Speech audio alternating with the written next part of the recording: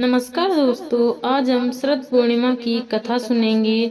यह व्रत आश्विन शुक्ल पूर्णिमा को मनाया जाता है। धर्म शास्त्रों में इस दिन को कोजागर व्रत भी माना गया है। इसी को कौमुदी व्रत भी कहते हैं। रासोत्सव का यह दिन वास्तव में भगवान कृष्ण ने जगत की भलाई के लिए ही निर्धारित किया है, क्योंकि कहा जाता है कि रात्रि को चंद्रमा की किरणों से अमृत झरता है। इस दिन मंदिरों में विशेष पूजा अर्चना की जाती है।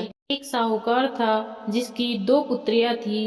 एक इस दिन का व्रत पूरा करती थी, दूसरी अधूरा ही छोड़ देती थी।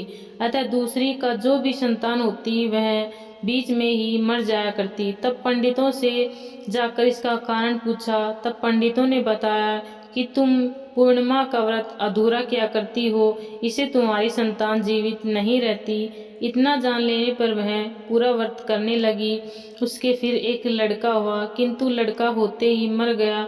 तो उसने उस मृत लड़के को एक पीढ़े पर लिटा दिया और कपड़े से ढककर अपनी बहन के पास चली गई, जो व्रत पूरा करती थी, और उसको अपने घर बुलाकर लाई और उस बहन को वही पीढ़ा दे दिया जिस पर उसने लड़के को लिटा रखा था।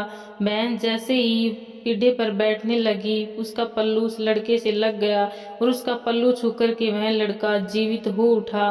फिर उसने देखकर कहा कि तू तो मेरे ही पाप लगाने वाली थी।